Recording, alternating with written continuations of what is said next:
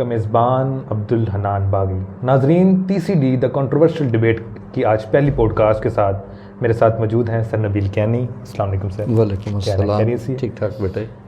Sir, ये board of governor के एक अहम रुकन है और DPS सेक्रेटेरिएट को चलाते हैं और बहुत सी DPS के हवाले से जो इंतज़ामी फ़ैसले हैं उनके अंदर एक उनका जो क्या कहते हैं, तो क्या उसका अप्रोप्रिएट वर्ड होगा, मतलब मेरी आप ये क्या इन्वॉल्वमेंट होती है उसमें अपना उनका बयान चलता है। जी, नबील कैनी सर हमारे साथ मौजूद हैं। इसमें आज हम मुख्तलिफ पहलुओं के हवाले से बात करेंगे। समाजी होगी, उसके अलावा पॉलिटिकल होगी, उसके अलावा सेक्सुअल अब्यूसिव के बारे से बात करेंगे। लेकिन उससे सबसे पहले being a student of DPS के हवाले से कुछ ऐसी गलत फहमियाँ, कुछ ऐसी चीज़ें जिसका मैं खुद भी शिकार रहा और अपने नाजरीन को मैं बताता चलूँ कि जब मैंने अपना पहला आर्टिकल लिखा किसी अदारे के ख़िलाफ़ तो वो DPS ही था, DPS का स्टूडेंट, और ज़्यादा टारगेट मेरे पे ही था। नो डाउट सबसे ज़्यादा टारगेट था तो मैंने सर को किया था।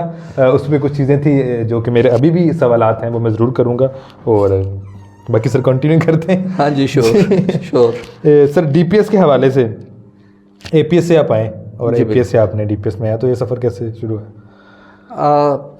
APS में मैं काम कर रहा था सारा। यहाँ पे एक एडवर्टाइज़ की थी इन्होंने सीट जी। ये आपके मेरे ख्याल एहतशाम साहब थे केमिस्ट्री वाले, उनके वो जाने के बाद खाली हुई और फिर एक साल वो खाली रही। I don't want to get into that whatever the reason was, because मेरे लिए वो मेरे APS में भी कोलीग रहे, वो is still respectful to me. तो वो बहरहाल सीट खाली हुई, सीट एडवर्टाइज हुई, मैंने अप्लाई की। सीट किस चीज़ के लिए थी? कंट्रोलर ऑफ एग्ज़ाम्स और सेक्रेटेरिएट का। उस वक्त तक ये सिर्फ बोर्ड ऑफ एग्ज़ामिनेशन था। ठीक। तो वो मैंने अप्लाई किया और उसमें मैं तो नहीं से ये समझता कि कोई मुझ में कुछ ज़्यादा सरखाब के पार थे, लेकिन बहरहाल जो लोग वो थे उनमें से उन्होंने मुझे बेहतर समझा, may be because of the reason कि एक नेटवर्क में मैं काम करके आया था बजाय किसी एक सिंगल इंस्टीट्यूशन के काम करने के।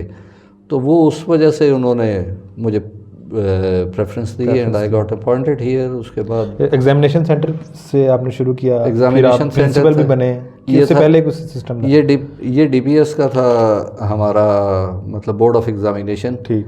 और बोर्ड ऑफ एग्ज़ामिनेशन में हमारे पास मतलब खासा स्टाफ भी था, सब कुछ था। तो उसमें फिर सैफुल्लाह डोगर साहब हमारे थे इधर बोर्ड ऑफ गवर्नर्स के चेयरमैन। तो उनकी उसके ऊपर हमने ये किया कि हमने DPS सेक्रेटेरिएट में इसको कन्वर्ट किया। और जब ये DPS सेक्रेटेरिएट कन्वर्ट हुआ तो बोर्ड ऑफ एग्ज़ामिनेशन इसका एक छोटा सा जुज़ रह गया। उसके बाद हमारा एनुअल कैलेंडर या आप ये कह लें कि फिक्सचर ऑफ इवेंट्स जो है वो तैयार होता था और 4th से 8th तक वो इंटर DPS कंपटीशंस और inter DPS exams, uniform syllabus और वो तमाम चीज़ें जो हैं वो इस तरीके से था कि जो एक्टिविटी उकाड़ा में हो रही है मंडी अहमदाबाद जैसे कैंपस में भी वही चीज़ शायद प्रोफेशनली टीचर्स उतने इक्विप ना हों, लेकिन किसी न किसी हद तक जो है वो जस्टिफाई किया जा सके। सिलेबस ब्रेक डाउन तमाम चीज़ें उन बच्चों को उस तरह से वो कराई जा सकें। ब्लॉक सिलेबस हम जो सेंट्रली डिवाइस करके देने लग गए। और फिर शायद आपको इस चीज़ का अंदाज़ा नहीं होगा हनान, क्योंकि आप यहीं पे रहे, लेकिन थिंक ऑफ अ किड के जो 4th 5th में मंडी अहमदाबाद में या हुजरा शाह मकीम में एक remotest area of, but that is not even a city, आप उसे टाउन कह लें। तो वो टाउन से बच्चा उठ के जिस वक्त तो आपको उसको एक्सपोजर मिलता है DPS दीपालपुर के वो या DPS रिनाला या DPS उकाड़ा के स्टेज पे आता है, इन बच्चों के साथ वो compete करता है। तो डोंट कंसिडर कि वो बच्चा जो है अगर आज वो बुरा परफॉर्म करके गया है तो नेक्स्ट ईयर वो जो है वो इसी तरह से करेगा। नेक्स्ट ईयर उसमें वो चीज़ नहीं होगी और उसको वो एक्सपोजर मिल चुका होगा और वो अच्छा परफॉर्म करेगा। तो इस तरीके से हमने ये एक नया सिलसिला शुरू किया और उसका हमें बाद में ये हुआ कि हमें कई डिबेट्स में, हमें कई ऐसे राइटिंग कंपटीशंस में, स्पीचेस में हमारे रिमोट एरियाज़ लाइक हवेली लखा और उधर ये उकाड़ा दीपालपुर रिनाला को इन बच्चों ने जो है वो वाकया ही जी सर कंपटीशंस में उसका हिस्सा हराया मैं भी था ऑब्वियसली। और वो जीते वो लोग। ऐसे तो एक ये चीज़ तो होती है कि ये मतलब वो डेवलपमेंट होती है। अब मतलब इसमें आप ये मिसाल ले लें कि देयर वर डेज़ हम अपने बचपन में देखते थे श्रीलंका को टेस्ट स्टेटस मिला था और जिस टीम को अपना रिकॉर्ड बेहतर करना होता था वो श्रीलंका के साथ टेस्ट सीरीज़ खेलती थी और वनडे सीरीज़ खेलती थी। बॉलर्स की एवरेज बेहतर हो जाती थी, बैट्समैन की बैटिंग एवरेज भी बेहतर हो जाती थी। वही श्रीलंका लेटर ऑन आपका वर्ल्ड चैम्पियन बना। बिल्कुल। और यहीं पे पाकिस्तान में सेमीफाइनल हरा के पाकिस्तान को वो फाइनल में गया और इंडिया में कलकत्ता में वो इंडिया को हरा के वो ऑस्ट्रेलिया को हरा के सॉरी वर्ल्ड चैम्पियन बने। तो मतलब ऐसे ही होता है कि यू नेवर कंसीडर एनीवन के जो आज छोटा है वो हमेशा छोटा ही रहेगा। बिल्कुल सर। इसके बाद प्रिंसिपल भी आप बने कुछ? मैं प्रिंसिपल इस तरह से बना कि कैप्टन इब्रार साहब के जब वो ख़त्म हुआ तो उसमें उनको एक्सटेंशन ना मिल सकी जी।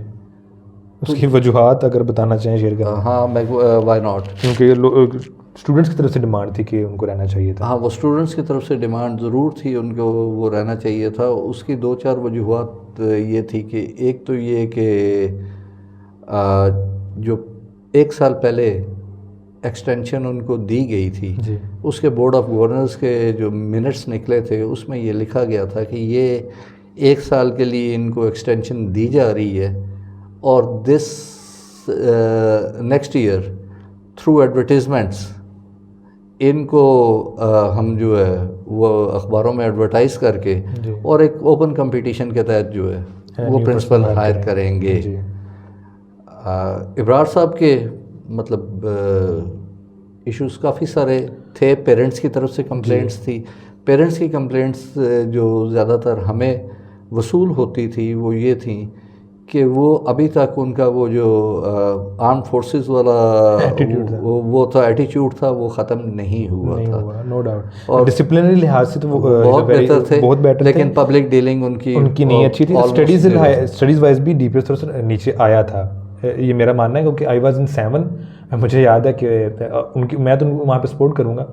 डॉक्टर अबरार साहब आए, कैप्टन अबरार साहब, तो हमारे एक सर है, उनका नाम नहीं लूँगा, तो ना वो स्केल से ना टीचर ना बच्चों को मार रहे थे ज़ोर ज़ोर से, पता नहीं क्या वजूहात थे। तो उन्होंने दरवाज़ा खोला, what are you doing, are you a teacher, इस तरह उन्होंने बात की ना बड़े अजीब से लहजे के अंदर। उनको शायद करना चाहिए था, नहीं करना चाहिए था, लेकिन उस वक्त जो हमारे जो टीचर थे ना वो काफ़ी ना वो नीचे चले गए, हमारे डिप्रेस हो जाता है, डिप्रेस हो गए। और पूरा साल सर यकीन करें कि वो टीचर जो बच्चे थे उनसे मजाक करते थे, यकीन करें उनके तकरीबन शलवार तक को खींच देते थे। असल इतना वो नीचे चला गया था। इशू सिर्फ और सिर्फ यही आता है बेटे कि मतलब बस चीज़ें होती हैं जो इंडोर करने वाली होती हैं। ऐसे ही है सर। बस चीज़ें आप पब्लिकली करते हो। पब्लिकली हमेशा मेरा ये है कि जिसको अप्रिशिएट करना है पब्लिकली करें। बिल्कुल। किसी की इस्लाह करनी है तो किसी की इस्लाह करनी है तो वो इंडोर आप करें, जिससे ये है कि एक तो उसकी ईगो नहीं हर्ट होगी, दूसरा जो है जिस बंदे को आप ये वो कर इस तरह से आप बच्चों के सामने वो डांट देंगे, फिर आप उससे एक्सपेक्ट करें कि वो उस क्लास को डिसिप्लिन कर लेगा।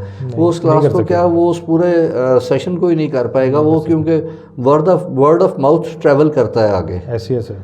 तो ये चंद एक चीज़ें थी। तो मज़े की बात तो उन्होंने क्लास छोड़ दी थी हमारी, एंड पे 2 से 3 महीने थे क्लास छोड़ के चले गए थे। दो टीचर छोड़ के चले गए थे, एक साइंस के सर थे और एक उर्दू के थे। ये नेचुरल तो मुझे अब्बा के हम तो बहुत तालियां भी जा रहे थे कि जी सर ने बहुत अच्छा किया। अब्बा के रियलाइज़ हो रहा है कि अगर उनका मारना बिल्कुल हक नहीं था, वो नहीं मार सकते थे। तो लेकिन एक तरीका था, एक मुकम्मल कमेटी बैठती, उस पर बात की जाती, लेकिन वहाँ पे वो यार खुद भी करना है तो अकेले बुला के उसे यार व्हाट इज़ दिस, वो बेटर वे है ना कि बच्चों से। अच्छे मैं आपको बताता हूँ, मेरी अपनी जो मेरे मेंटोर जी ब्रिगेडियर किरमानी है। अच्छा। प्रिंसिपल साइबर DPS। I don't know. अच्छा, वो कभी उनका वो सर्च कीजिएगा, वो APS में थे। He is my mentor.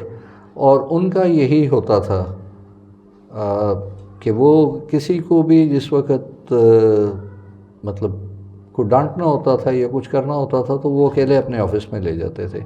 I still remember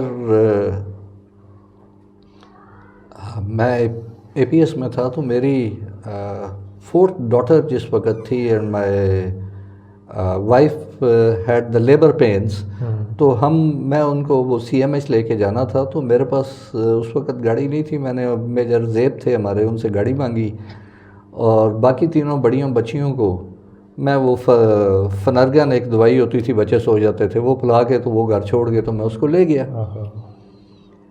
तो किरमान साहब को किसी ने ये चीज़ बता दी। अगले दिन सुबह जब असेंबली हुई और हम वापस जा रहे तो मेरे कंधे पे हाथ रखा और कहते हैं यार तुम ज़रा 1 मिनट आना मेरे पास अंदर। मैं गया तो बाहर जो उनके वो खड़ा होता था नायब कासद या PN, तो उसे उन्होंने सिर्फ एक बात की कि यार अभी ना अगले 5-7 मिनट किसी को अंदर नहीं आने देना। तो जब मुझसे उन्होंने पहले बड़ा बहला फसला के हाँ जी वो क्या हुआ, हर चीज़ इस तरह से हुई, कैसे मैनेज की, तो मैंने बता दिया। जब मैंने बता दिया कि वो बड़ी तीनों को मैं फनरगन एक चम्मच दे के चला गया था, वो सोई हुई थी, तो उसके बाद अचानक वो उन्होंने ब्लास्ट किया और वो ये था कि what do you think of your self, a bloody Superman. तो मैंने कहा सर मैं क्या करता, ये मोहतरमा 4-5 दिन पहले तशरीफ़ ले आई है तो हम तो एक्सपेक्ट कर रहे थे वो डॉक्टर्स की, उसके बाद तो वो घर से कोई आया कोई नहीं, तो मैं इधर। तो उन्होंने मुझे कहा, उन्होंने कहा कि you could have bloody well told me my wife could have taken your wife to the hospital and you would have stayed with your children. यहाँ पे किसी का कोई बैटमैन उठा के ले जाता या बच्ची कोई उठ के किसी बिजली के स्विच में उंगली दे देती, वो सारी छोटी छोटी हो सकता था, तो कुछ भी हो सकता था। तो वो मतलब एक वो तरीका था कि उन्होंने बाकायदा वो बुला के वो बंद कमरे में वो सारा, तो मैंने भी हमने उन्हीं से सीखा। आज भी मैं इधर रहा 1-2 दफ़ा मुझे भी ये हुआ कि मतलब आपका टेम्पर लूज़ हो जाता है या कुछ भी, तो मैंने वो particular I will not name out anyone, चाहे वो आपके नॉन टीचिंग स्टाफ से थे या टीचिंग से थे, मेरे सर इधर आपके DPS के, तो मैं आपके ज़ाहिर है नॉन टीचिंग या टीचिंग आपके स्टाफ से थे, तो मैं एज अ प्रिंसिपल जब उधर रहा तो मैंने उन्हें अपने ऑफिस में बुला के जो कुछ कहा हो सकता है कि इब्रार साहब से ज़्यादा सख्त अल्फाज में कह दिया हो, लेकिन दैट वाज 1-to-1। कोई ऐसा नहीं था कि वो ह्यूमिलेट फील करें बाद में कि हमें सरेआम में बिस्त कर दिया, इस तरह की चीज़ें। और फिर उसके बाद उनको हम इंसेंटिव भी दे देते हैं, उनकी वो ये भी होता है कि उनको थोड़ा बहुत जो है वो आप उनकी कोई जायज़ डिमांड जो रुकी हुई होती है वो भी आप पूरी कर देते हैं। This is a better way I think. वो यहाँ से नज़र आती है कि फॉर एग्जांपल आप पे जितनी तनकीदात की गई मेरी जानिब से और बहुत, आपने कभी भी मैंने किसी का जवाब नहीं दिया और मैंने कहा इज़ अ बेस्ट वे। मैं जानता हूँ मैंने कैसे चीज़ सीखी कि मैंने वो एक आर्टिकल लिखा, अब तो मैंने लिख लिया 2-3 साल हो गए, मुझे नहीं याद क्या चीज़ लिखी थी। आर्टिकल लिखने के बाद ना उसके जवाब में कोई आर्टिकल आया, एक वो मेरे दोस्त हैं उन्होंने लिखा, तो जब आपका कमेंट नहीं आया, जब आपकी तरफ से बिल्कुल फील ही नहीं करवाया कि कुछ चीज़ हुई है, मैंने एक चीज़ सीखी, मैंने कहा यार मैं अब इसको क्या कहूँ, और मुझे मेरी बेटियों ने ये कहा बिलीव मी, और बड़ा सख्त अल्फाजों में उन्होंने कहा ये बच्चा है कल का और बाबा आपको इस एज में ये कर रहा है। तो मैंने उन्हें कहा, मैंने कहा यार I have been his principal and they are all like sons to me. जी सर। तो मैंने फिर अपनी वो बड़ी बेटी को ही कहा था, मैंने कहा बेटी Shoaib Akhtar was the world's fastest bowler. जी। तो शोएब अख्तर अब मेरे जैसे बंदे को कहे कि मानो मैं दुनिया का तेज़ तरीन बॉलर था, वरना बैट पकड़ो मैं तुम्हें अभी भी बताता हूँ मैं क्या हूँ। हाँ। तो मैं क्या बेटे उसके मुंह पे नहीं पड़ता, अब he is like a son to me and I am like a father to all of the ones जो उधर पढ़ते हैं, तो उसको जवाब देना मेरा स्टेटस नहीं है, मेरा जवाब नहीं है। बच्चे कहते रहते हैं let him learn by himself, और मैंने कहा वो इधर रह रहा है और जिस तरह का वो इन्वेस्टिगेटिव जर्नलिज्म में उसका इंटरेस्ट है उसे पता चल जाएगा, अब ना चलेगा साल बाद पता चल जाएगा कि वो मतलब चीज़ें क्या हैं और किस तरह से गड़बड़ हो रही हैं। जी, वो कुछ मिसकम्युनिकेशन लगा लें, कुछ बढ़ावा लगा लें। मैं आपको बताता हूँ, मैंने वो आर्टिकल लिखा, आर्टिकल के बाद मेरे उसके जवाबी में एक आर्टिकल आया, वो भी DPS के स्टूडेंट थे, आप उसको जानते हैं, मैं नाम नहीं लूँगा। तो मैंने एक चीज़ वही आपके लिए फॉलो की, मैंने उसको जवाब नहीं दिया, मैंने अपना एक बयानिया बता दिया कि मेरे नज़दीक ये चीज़ है। उसमें ज़्यादा कुछ हार्श वर्ड्स भी थे जो कि मेरा ख्याल नहीं होने चाहिए थे, लेकिन मैंने बातें की, वो चीज़ें ख़त्म हो गई। यहाँ पे एक मज़ीद मेरे बाद में ज़हन में आ रही थी, वो इस बात से इनसे निकल गई है। हाँ, बात हमारी अक्सर कम्युनिकेशन होती है फेसबुक के ऊपर, ठीक है, बिल्कुल होती है। तो मैं बाकायदा आपको मेंशन करता हूँ कि मैंने आपको वहाँ से ना आपको मेंटोर समझ के सीख रहा था कि अगर यहाँ पे मैं कोई बात करना चाहता था ना किसी जगह पे, कोई रिलीजियसली पर्सपेक्टिव है, किसी सोशल पर्सपेक्टिव पे, तो मैं देखता था कि यार अगर मेरा ये वाला पर्सपेक्टिव है, मैं नबील कैनी साहब से वो पहले उनको मेंशन करता हूँ, उनका देखता हूँ कि वो क्या कहते हैं, देन मैं अपनी बात करूँगा। तो मैंने टाइम के साथ सीखा आहिस्ता आहिस्ता कि यार कहाँ कहाँ मुझे थोड़ा सा टेम्पर लूज करना चाहिए, कहाँ नहीं करना चाहिए। नहीं देखिए, मैं क्रेडिट दूँ आपको देना चाहता हूँ कि आपने अगर वहाँ पे मुझे काउंटर करते, उसके काउंटर में कोई और बात करता, फिर मैं अपने आप को दलील से मनवाता कि ये बात ऐसी है। और इसके पीछे ऑब्वियसली जब मैंने इनको इसकी इन्वेस्टिगेशन करा था, तकरीबन 5 से 6 टीचर्स थे, 5-6 टीचर्स थे जिन्होंने मुझे आके मिला, मेरे डेरे में आके मिले, हम मुख्तलिफ खो में मिले जाके, कुछ टीचर्स थे, कुछ स्टूडेंट्स थे, कुछ बोर्ड ऑफ गवर्नर के कुछ लोग थे, कुछ इंतज़ामी लोग थे। उनसे बातें हुई, उन्होंने जी कुछ बातें की। अब मज़े की बात मैं आपको बताऊं, हर बंदा अपनी चीज़ को सामने लेके आना चाह रहा था कि जो उनका अपना मफाद साबित हो जाए। जहाँ पे कभी उनके साथ किसी तरीके से हक तलफी हो गई थी, तो वो किसी एक बंदे, ख़ास बंदे को ठहराना चाह रहा था कि यही वो बंदा है। और मेरा ख्याल है ऐसा ही होता है कि जो स्टेक होल्डर्स होते हैं उनको हेलम ऑफ द अफेयर्स होता है, वो उसी को उनको ही करता है। तो खैर उसको मैंने बहुत सी चीज़ें रोकी भी, क्योंकि ऐसी चीज़ें अफवाह ही थी, मेरे पास सबूत नहीं थे, मैंने वो चीज़ें रोक ली। लेकिन मैंने फिर कुछ दबे अल्फाजों में मैंने बात कर दी, क्योंकि मैं कह चुका था कि मैंने आर्टिकल लिखना है। नहीं तो ठीक है बेटे, उसमें वो दैट डजंट मैटर, वो उसमें हमें कोई इशू नहीं होता। असल में ना इशू उस वक्त होता है कि जो विद द हिडन एजेंडा आप वो शुरू करते हैं, तो that is yellow journalism. Yes sir, yellow journalism में मतलब फिर उसको बंदा काउंटर भी करता है, उसको वो सारा करता है। बिल्कुल।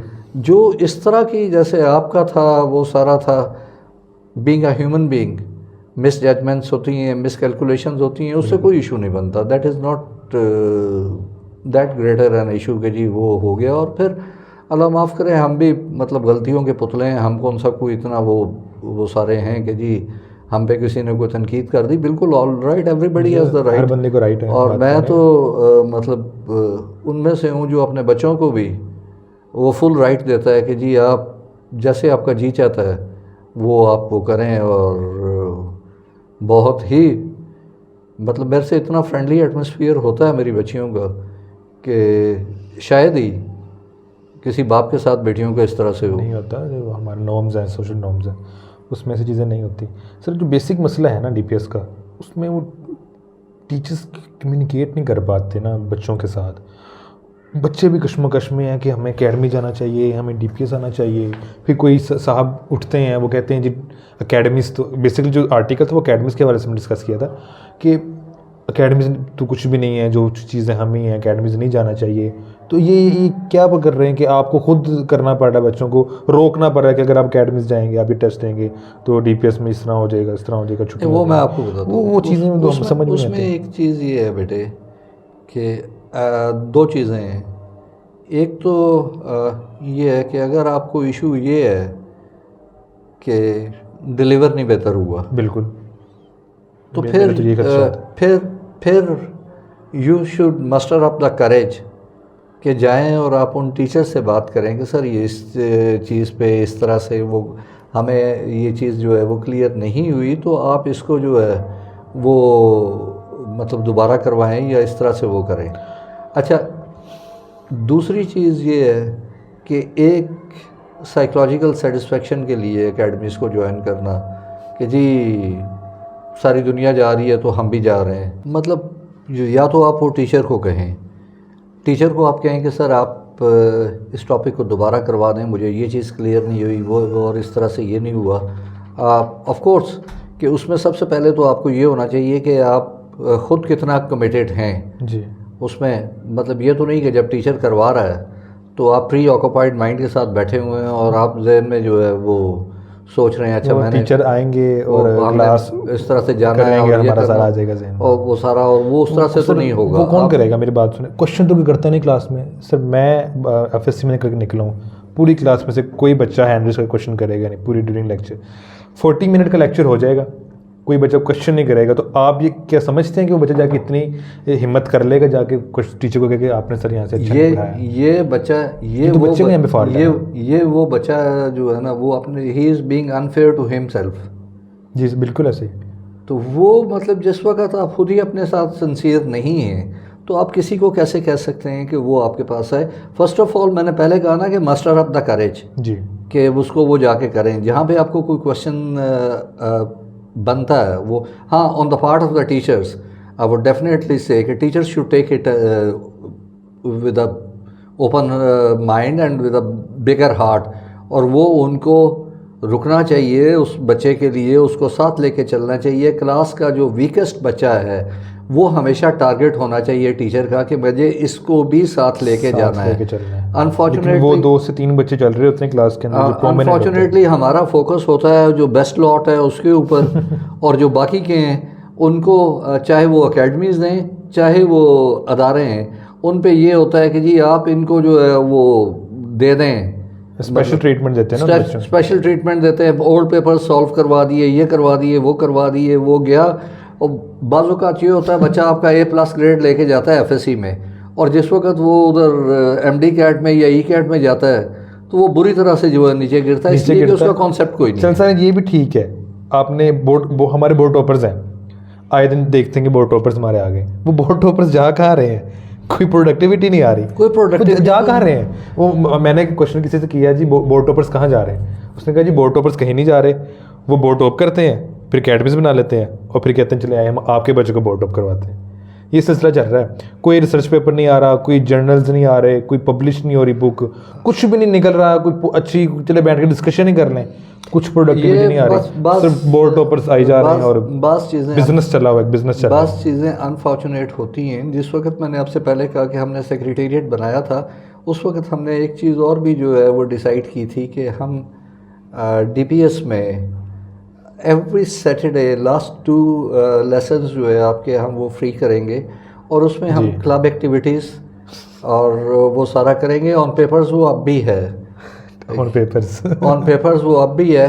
अनफॉर्चुनेटली मुझे जब 5-6 महीने का टेन्योर मिला, उसमें से 4 महीने हमारे कोरोना में गुजरे और बाकी जो है वो एग्ज़ाम सर पे हुए थे। मेरे जहन में तो ये था कि मैं ये करूँगा कि आपके clubs, debating club, dramatic society, उसके बाद आपके अगर आपके बच्चे करना चाहें या उसमें मैं I would even go for the music club, good, और राइटर्स गिल्ड है आपकी, लिटरेरी सोसाइटी है, उसके बाद स्पोर्ट्स क्लब है, हाइकिंग है, फोटोग्राफिक है, आर्ट एंड कुछ भी नहीं सर। आप बिल्कुल ये सारे के सारे ये वो थे जो मैंने मिनट्स ऑफ द मीटिंग में लिख के भेजे थे कि जी इनमें ये किया जाए। इम्प्लीमेंट नहीं सर होते। Being the head of secretariat मैं सिर्फ और सिर्फ कम्युनिकेट कर सकता था, it was on the principles.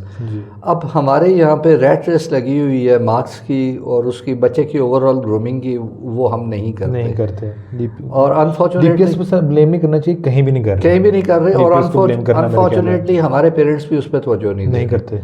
हम मैं ये पूछना चाहूँगा कि कितने परसेंटेज पेरेंट्स की ऐसी है जो वीकेंड्स पे अपने बच्चों के साथ शाम को स्टडी सर्कल्स चला लें, उन पे कुछ ऐसी डिस्कशंस करेंगे सर, वो कर लें उस पे। वो तो कदगन लगा देते हैं क्योंकि बच्चा करता भी है ना, उस पर कदगन लगा, उस पर भी कदगन लग जाती है कि आप क्यों डिस्कस कर रहे हैं। मैंने आपको याद होगा मैंने जब कॉन्ट्रोवर्शियल डिबेट इस पॉडकास्ट का मैंने आगाज़ किया था, तो उसका जो बुनियादी मकसद ही डिस्कशन ही था कि मैं एक पोलाइट वे के अंदर आइडियोलॉजीज़ को समझने के लिए, मैं सर 60 साल की ज़िंदगी है, देखें जाए पाकिस्तान के एवरेज तो वही है, एवरेज है, और अगर आप 13 मिलियंस बिलियंस ईयर्स हो गए दुनिया को, बने 1 सेकंड नहीं बनते, तो अगर उसमें आप कोई फ्रूटीफुल थिंग आप दुनिया को दे जाएँ तो मेरे ख्याल काफ़ी है, ठीक है ना। लेकिन on the other side parents क्या चाह रहे हैं कि हमारा बच्चा टॉप कर जाए, ठीक है ना, इदारा टॉप करवा दे, किसी जगह वो फ्री पढ़ जाए। सर जो बेसिकली फ्री वाला वर्ड है ना, फ्री पढ़ जाए स्कॉलरशिप पे, और जो हमारी ज़िंदगी बदल जाएगी। असल में ये इस तरह नहीं चलती मेरा ख्याल है। सबसे बड़ी जो आप ये समझ लें कि DPS को एक सबसे बड़ा सेटबैक ये भी आया है कि DPS सेल्फ फाइनेंसिंग अदारा है, बिल्कुल, और हमारे यहाँ पे बहुत सारी चीज़ें जो हैं वो इस तरह से की गई, अच्छा जी वो इसने फ़लाँ को मिल के बच्चों की फ़ीसें फ्री करा ली, इसने मतलब वहाँ पे जाके रो पिट के जी हम गरीब हैं, हम नहीं ये कर सकते, अफोर्ड नहीं कर सकते, ये नहीं कर सकते, वो नहीं कर सकते। और इट्स वेरी क्रूअल कि आप किसी को कहें, because we are not living in a socialist society या प्योर क्रूड कैपिटलिस्ट सोसाइटी है जिसको अपने वो उसको जो है वो आपको वो करना पड़ता है, मतलब मैनेज करने पड़ते हैं अपने फाइनेंसेस खुद से। तो उसमें बच्चे मतलब अगर आपने किसी को फेवर दी है ना, 4 डिज़र्विंग होंगे, 12 जो हैं वो नॉन डिज़र्विंग हो जाएंगे। और डिज़र्विंग किस बेस पे क्राइटेरिया इसका क्या होना चाहिए? डिज़र्विंग मार्क्स पे हमारा तो मार्क्स पे होती है। डिज़र्विंग का मैंने तो नीड बेस्ड रखा था। ठीक। एक तो ये कि उसके पेरेंट्स वाजिबल ज़कात हों। ठीक।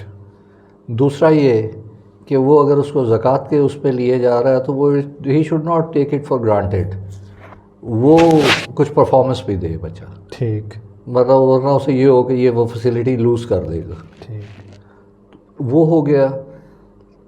अब हुआ क्या कि आपका बजट इस तरह से बढ़ना शुरू हुआ उसका नीड बेस्ड स्कॉलरशिप्स का, कि पहले साल अगर डीपीएस के 12 लाख रुपए का बजट था तो दूसरे साल जो एप्लीकेंट्स आपके पास आए सारा वो 12 से 15 आ गए, यानी जो ऊपर वो 3 लाख वाले आए वो लोग थे जो कि अफोर्डिंग थे और जो पिछले सालों तक दे रहे थे, लेकिन उन्होंने कहा यार क्योंकि मिल रहा है तो हम भी ले लेते हैं। और क्राइटेरिया क्या रखा है कि जो दे सकते हैं उनको फीस माफ़ कर दी गई है। हाँ जी सर, ये मेरे ख्याल बेस्ट तरीका नहीं है, आप उसको अवार्ड दे सकते हैं, कोई अच्छा दो गिफ्ट दे दें। 2 किस्म के होते हैं, इस तरह के दे दें ना, इस तरह 2 किस्म के ना। एक तो आपका मेरिट जो है वो आपकी अचीवमेंट है, आपने उसको एक्नॉलेज करने के लिए दे दिया। ठीक। अच्छा, ये अब जिस वक्त आप एक कंपेटिटिव सोसाइटी में रह रहे हैं जी, आपने अपने वो आपकी एडवर्टीजमेंट है बिल्कुल, कि वही बच्चा जो मैट्रिक में टॉप करके आ रहा है या नंबर लेके जा रहा है, आप एक्सपेक्ट कर रहे हैं एफएससी में भी करेगा, आपकी हेडलाइंस बन जाएंगी, आपका सारा कुछ हो जाएगा। आपको इसमें कोई मसला नहीं होना चाहिए मेरा। वो उसको आप बच्चे को इंसेंटिव दे रहे हैं, आप वो बच्चा अपने पास रखने के लिए आपने उसे फ्री रख लिया। दूसरा आप दे रहे हैं नीड बेस्ड स्कॉलरशिप। अब मिस यूज किधर होता है? नीड बेस्ड होता है कि when there are certain people who are not need based और वो आके उसको वो क्लेम करते हैं और वो अपने वो किसी ज़कात उशर के चेयरमैन के साथ वो ले आएंगे। अब अनफॉर्चुनेटली डीपीएस के पास कोई ऐसी फोर्स नहीं है जो जाके वेरीफाई करेगी ये वाकई ही नीड बेस्ड है या नहीं है। होगा क्या कि हम डी साहब को रिक्वेस्ट करेंगे, डीसी साहब एसी को कहेंगे, एसी ने अल्टीमेटली ये पटवारी तक जाएगा और पटवारी जाके घर की विज़िट करके आएगा, आगे उसकी ईमानदारी पे है, मैं किसी की उस पर शक नहीं करता, वो जो भी लिख के दे देगा जी वाकई डिजर्विंग है या नहीं है, वो काम मतलब कि पटवारी वाला वो जो होके आ जाएगा बिहाइंड द बैक डोर, वो ही रिपोर्ट आगे जनरेट होगी। उसमें हमने इसीलिए उस स्कॉलरशिप को हमेशा डिस्करेज किया।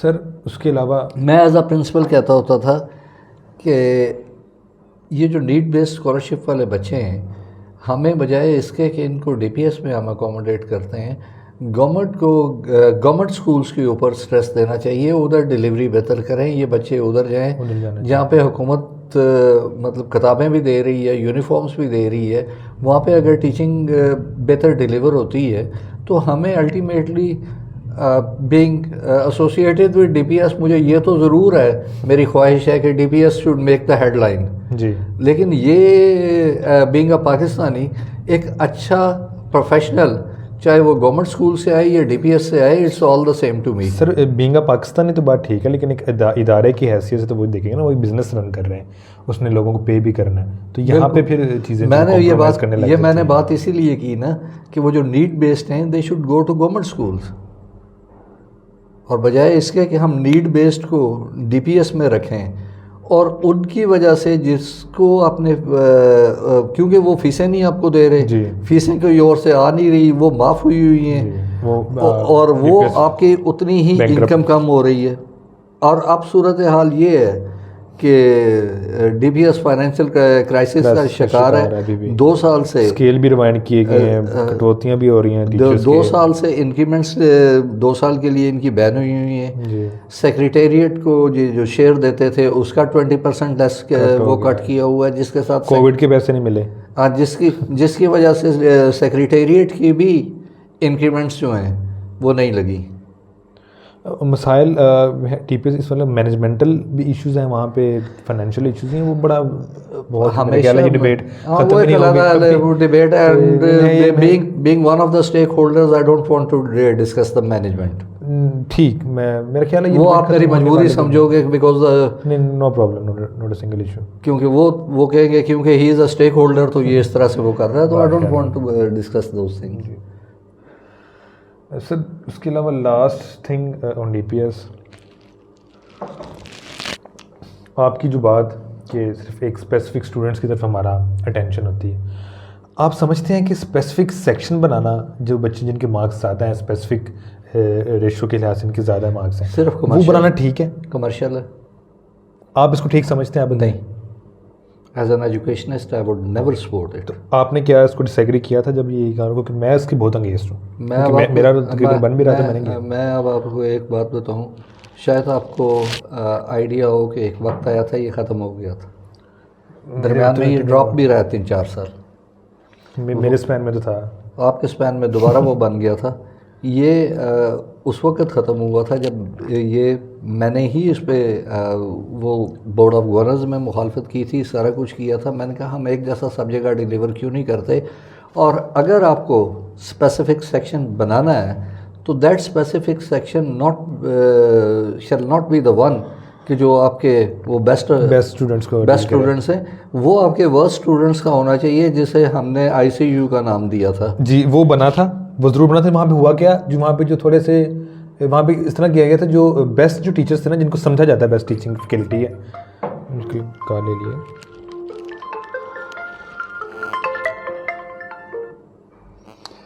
जी अस्सलाम वालेकुम। जी बेटी, एनी को हाजी को मैंने कहा था बेटी मैं चेक कर लेता हूँ, चला गया। गया नहीं गाड़ी लेके? हाजी गाड़ी लेके गया नहीं? अच्छा मैं चेक कर लेता हूँ। आते हुए ब्रेड लानी है? ठीक है जी, आ जाएगी। मैंने आपको कहा ना, बच्चे मेरे साथ बहुत फ्रैंक है। अच्छी बात है, हमारे यहाँ तो सोशल नॉर्म्स नहीं है, बात नहीं कर सकते। मैं क्योंकि अकेला रहा हूँ, मेरे जो हैं सिबलिंग्स हैं वो मेरे साथ नहीं होते, वो अपने पेरेंट्स के साथ होते हैं।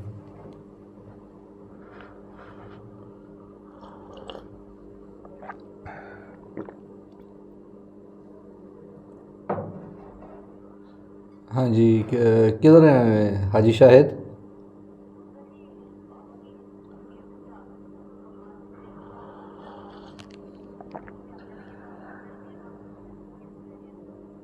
क्या?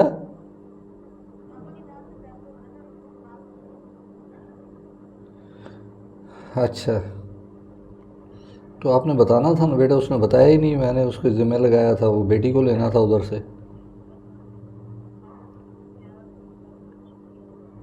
चलो ठीक।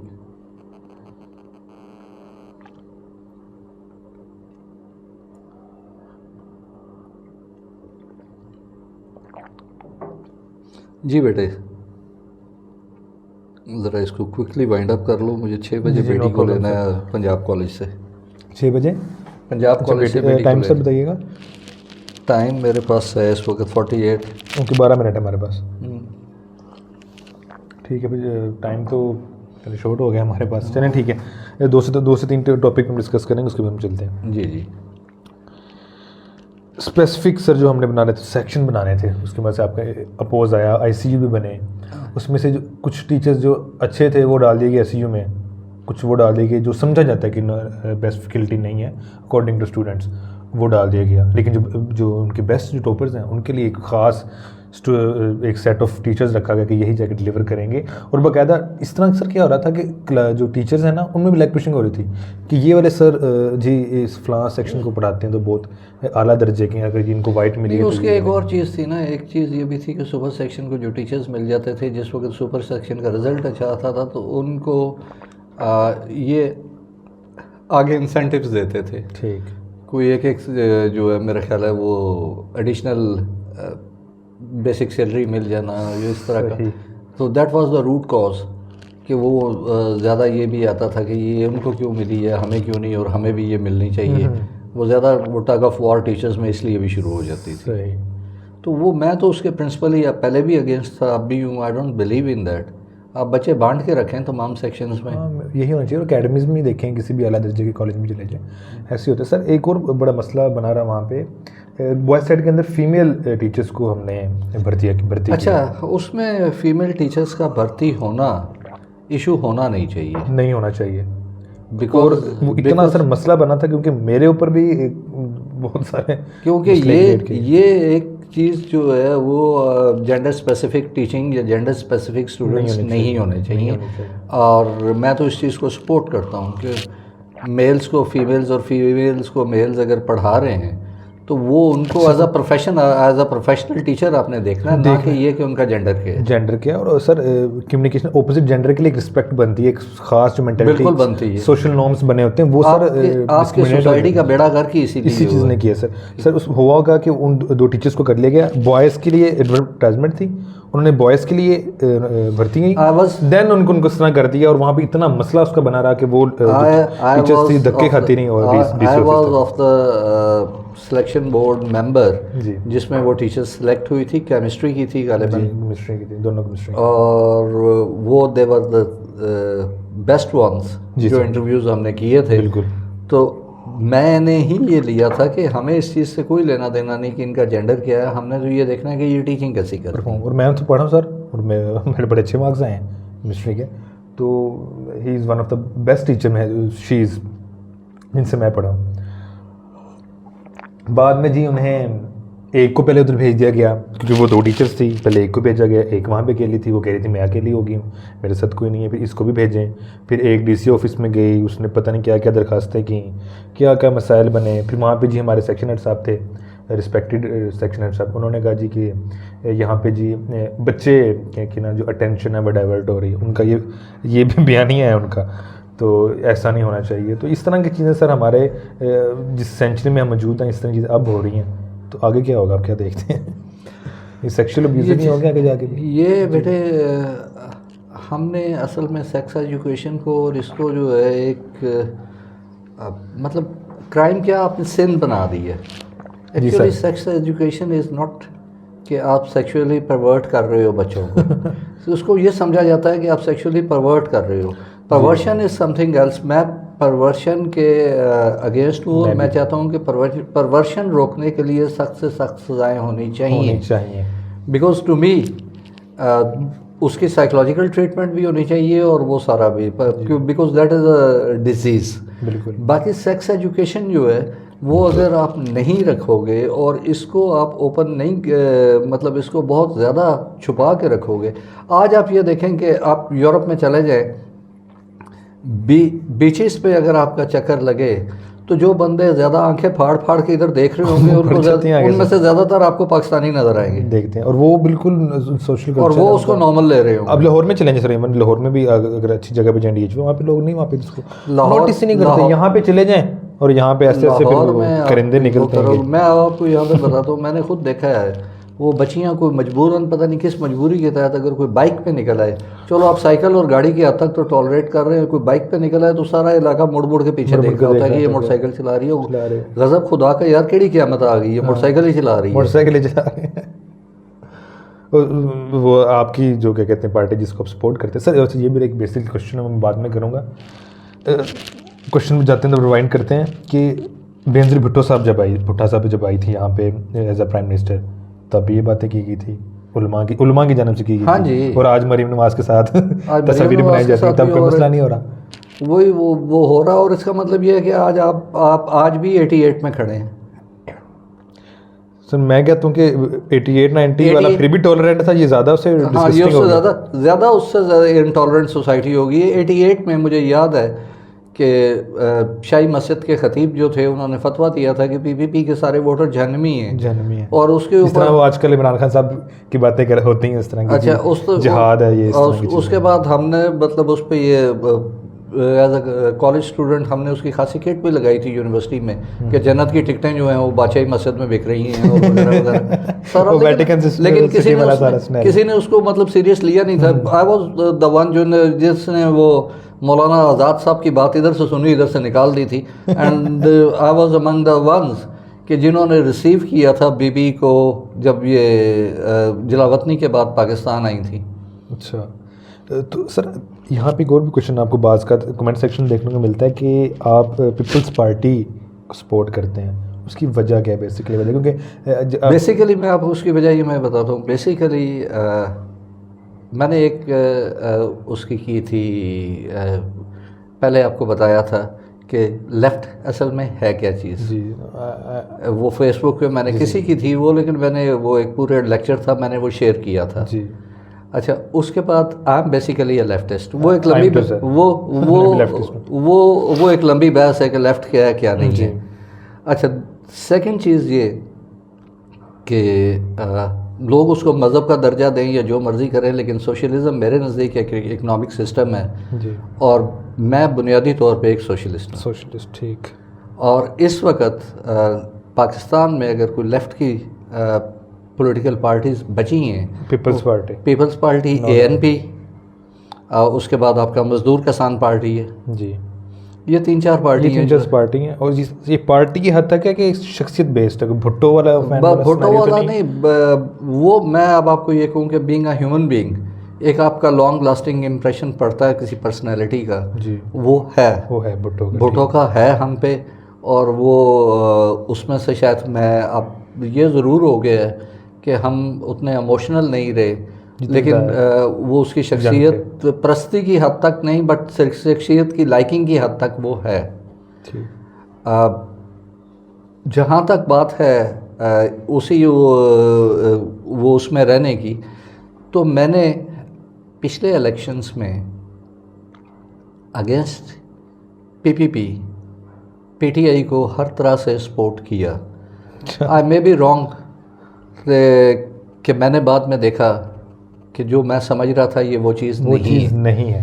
तो मैंने कंपेयर जब मैंने कंपेयर किया तो वो मुझे इससे बेहतर लगे पीपल्स पार्टी वाले। हाँ जी, आई कुड बी रॉन्ग जी। बेटी मैं आ रहा हूँ मैं। ओके बेटी, टाइम पे आ गया, सॉरी। सर लास्ट क्वेश्चन पे चलते हैं, इसको इसी पे वाइंड अप करेंगे हम। In your views what is liberalism, who is liberal? बेटे लिबरल को अनफॉर्चुनेटली मादर पिदर आज़ाद समझ दिया गया। लिबरलिज्म वो है जो दूसरों को स्पेस देता भी है, उनके नज़रियात की कदर करता है और अपने लिए भी मांगता है, और वो अपनी सोटी को उस हद तक घुमाता है कि जहाँ पे अगले की नाक शुरू नहीं होती, और अगले को भी ये कहता है कि यार आप सोटी घुमाओ, आपको सोटी घुमाने का हक है, लेकिन खुदा करा जहाँ से मेरी नाक का हदूद शुरू होती है उसके पीछे से इसको पीछे इसको ख़त्म करो। एक चीज़। दूसरा देखें, ये लेबर ये सारा ये ट्रेंड्स किधर से चले। इंग्लैंड में 2 पार्टीज थी, कंजर्वेटिव्स एंड लिबरल्स। अभी जो और वो जो लिबरल्स हैं वो बाद में लेबर्स बन गए।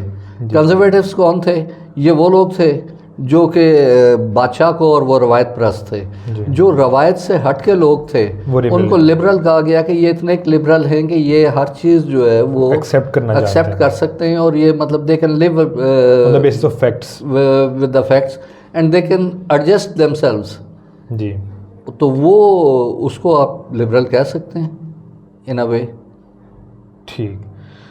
नाजरीन, हमारे साथ सर नबील कियानी साहब मौजूद थे। उनकी बेटी की जानिब से बार बार इसरार के बाद हमें ये पॉडकास्ट ख़त्म करनी पड़ी है। बहुत से सवालात मेरे जहन में थे, बहुत से मज़ीद रह जाएंगे जो हम आने वाली पॉडकास्ट में करेंगे। हमें इजाज़त दीजिए। अल्लाह हाफिज़।